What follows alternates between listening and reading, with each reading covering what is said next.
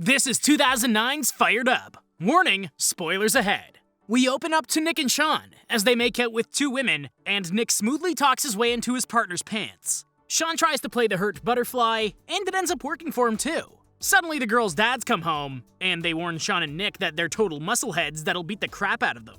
Shawn and Nick drop behind the couch, and Nick comes up with a plan of escape that includes both of them diving out of the windows and escaping in the car.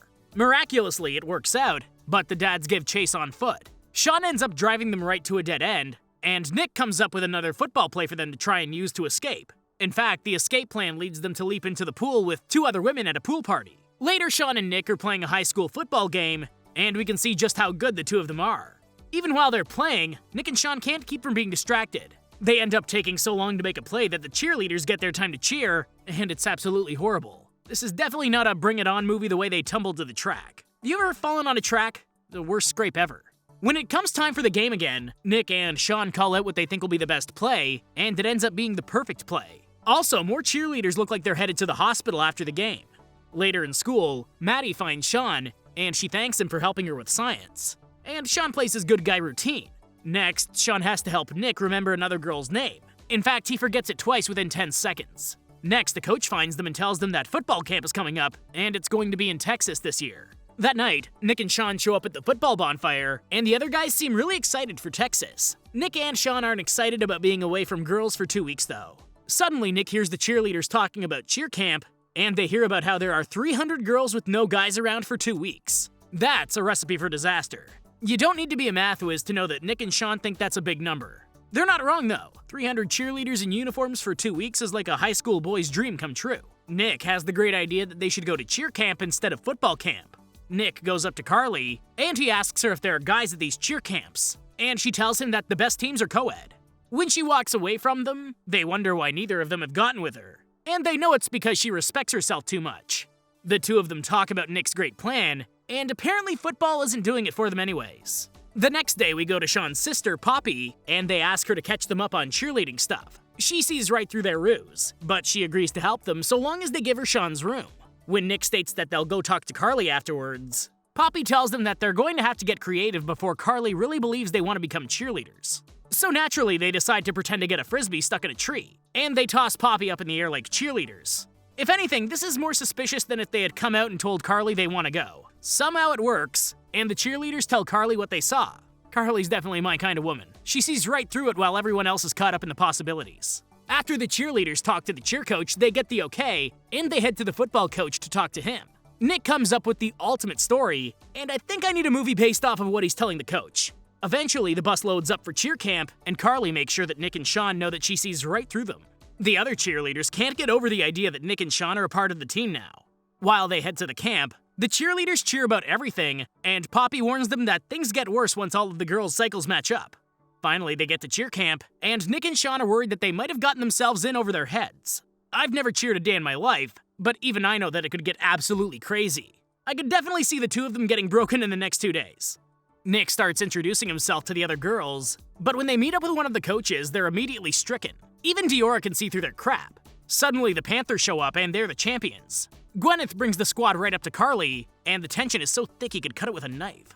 Cheer's ruthless, and cheerleaders are as well. The cheer world is a dangerous place. Gwyneth wastes no time in teasing Carly's team, and her lackeys go after Carly's squad. After introducing Nick and Shawn as the new squad members, Gwyneth and the Panthers head out. Later, Nick and Shawn head to the guys' dormitory, and they meet Brewster. Brewster's definitely a character, and he tells them that clutter is his absolute worst pet peeve. Soon, Adam bursts in from a run, and he introduces himself.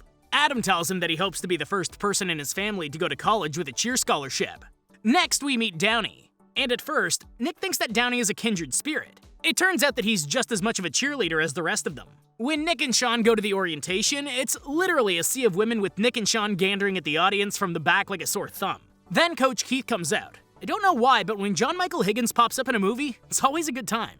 Coach Keith fires up the crowd, and it turns out that Diora is his wife. Diora tells the squads that 3 of the best teams will be moving on to the big competitions. And Coach Keith tells them that there's an impossible move that he won't be teaching them this year. That night, Nick and Shawn sit out and wave to all of the cheerleaders that walk by, and they match the women to yearbook pictures. Soon, Carly walks by and Shawn checks up with her. When he finds out that Carly forgot to pack her shower shoes, Shawn gives her his. Once Carly walks off, Nick reminds Shawn of their rule. Don't go after any girls that are from their high school. The next day, they start off with a run, and Nick and Shawn waste no time in trying to work their con. Again, amazingly, it's working. It really works. They're literally making out with everyone in the quad. What's even crazier is the fact that they're even getting good at cheer, too. Eventually, the Panthers start to take notice that the Tigers are actually a lot better with Nick and Shawn. Later on, Shawn and Carly get to know each other better during a run. During one of the meals, Poppy shows up to sell them black market candy, and Nick buys one of everything. After leaving the cafeteria, Nick spots Diora, and he tries to work his magic. That doesn't work out, but Shawn gets to spend some time with Carly, who thinks that Nick and Shawn have something to do with the squad's improvement. She thanks Shawn for his help, and they have a tender moment. Then Carly's boyfriend pops up and starts eating her face. The way they kiss actually makes you kinda sick. Dr. Rick is definitely cringy. He's only in medical school, but he's so confident that he's going to graduate, he took the title already. For Carly being so smart, it's amazing that Dr. Rick is the one she's with. The next day, Nick tries to come up with ways he can remember women's names. But he notices that something is wrong with Shawn. After pestering him, Nick can tell that Shawn likes Carly. Downey asks him what makes Carly so special, and Shawn literally names off random things that Carly does. Brewster and Nick decide that they need to cheer Shawn up, and Nick convinces a random cheer squad to train in their underwear in the lake. All of them do some cheer moves and chicken fighting, but what they don't see is a raccoon coming after their candy and their clothes. Nick ends up pulling away with one of the cheerleaders, and she tells him that he doesn't have to play his game with her. She knows exactly what he's doing, but she doesn't care. Sure enough, that thieving raccoon stole Shawn and Nick's clothes. They get credit for running through the campus while holding their junk. Who runs into them, though? Coach Keith, of course. There are worse options.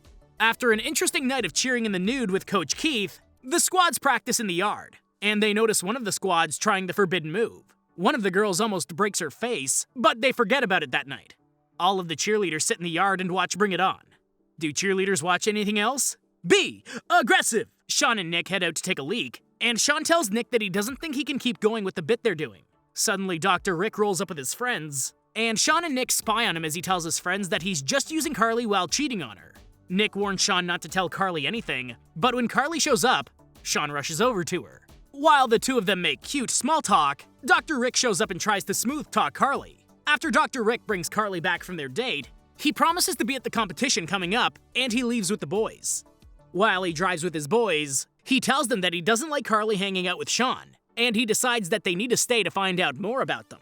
In the morning, Shawn goes with Carly to refill the water, and Nick barks up Diora's tree once again.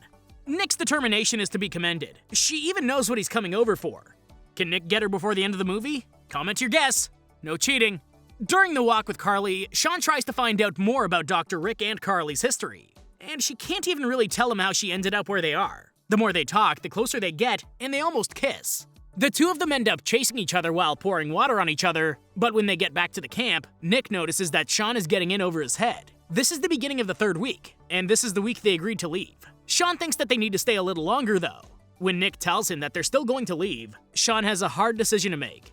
Nick seems to already know what Shawn's decision is, though, and he comes back to change for practice.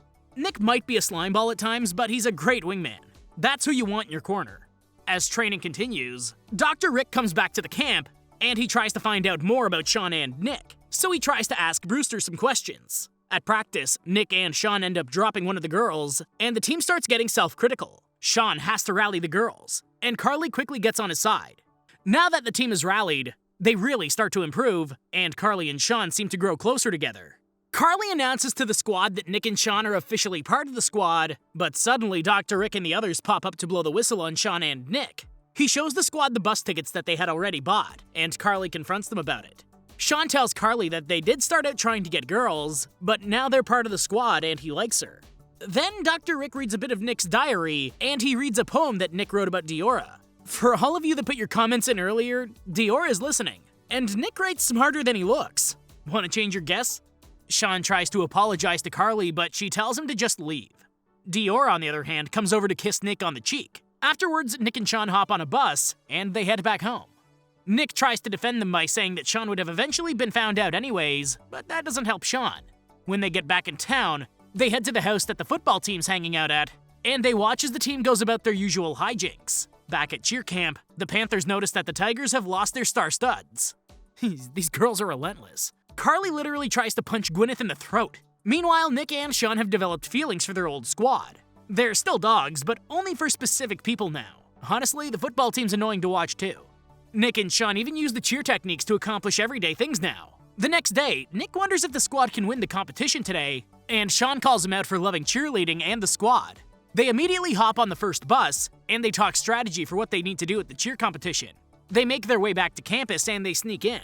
Carly comes outside to talk to Shawn, and the rest of the squad come out to listen to Shawn's confessions. The squad convinces Carly to let Nick and Shawn back in, and in the morning they all head out to the yard to get ready.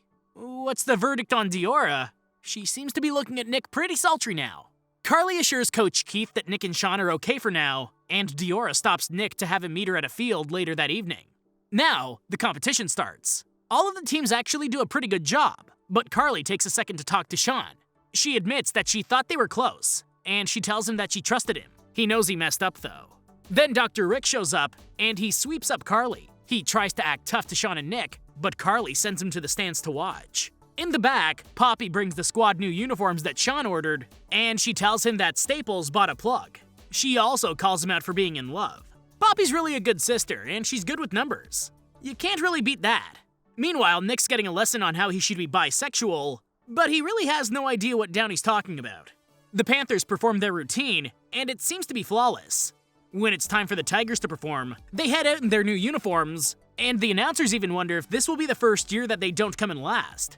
What Shawn and Nick didn't realize was that the competition was being aired on TV. Everyone from home watches. Everything seems to be going well, but Carly spots Dr. Rick making out with Gwyneth. After Shawn realizes that Carly sees it, he notices that her confidence falls. He tells her that there's one move that they can do to prove that they're the best. Shawn convinces Carly to perform the forbidden move. I'm actually intrigued to see what this move actually is. No one's actually done it. They actually pull it off, and that was actually really cool. Until Shawn backflips into the water around the stage. Why is there water there? That seems like the biggest hazard possible. While he wasn't able to land it, the crowd goes wild, and Nick pulls Shawn out of the water. When Shawn comes to, Carly tells him that they definitely didn't win, but they came in 19th place, which is 10 places better than before. Carly kisses Shawn, and he gets up to keep doing it. Suddenly, Dr. Rick shows up, and Carly puts him in his place so quickly. She dumps him, and she tells him that she's going to be with Shawn now. Dr. Rick ends up punching Nick, and quite a few people finally hit him like they want to do this whole time. After he leaves, the Panthers show up to rub everything in, and one of the Tigers' girls punches one of the Panthers. When Shawn and Carly are alone, Nick congratulates the two of them, and Shawn thanks Nick for his help. Alright, time to see who won. Nick meets Dior in the yard that night, and they strip down to their underwear to make out and read poetry. Coach Keith shows up to make Nick perform nude cheers, so nobody wins. Then the credits roll. It was time for a lighthearted, carefree comedy. We've been watching way too many serious movies. Give it a shot. Thanks for watching, and I hope you enjoyed the video. Don't forget to like and subscribe for more like this one. Comment what you think I should watch next, and I'll see you in the next video.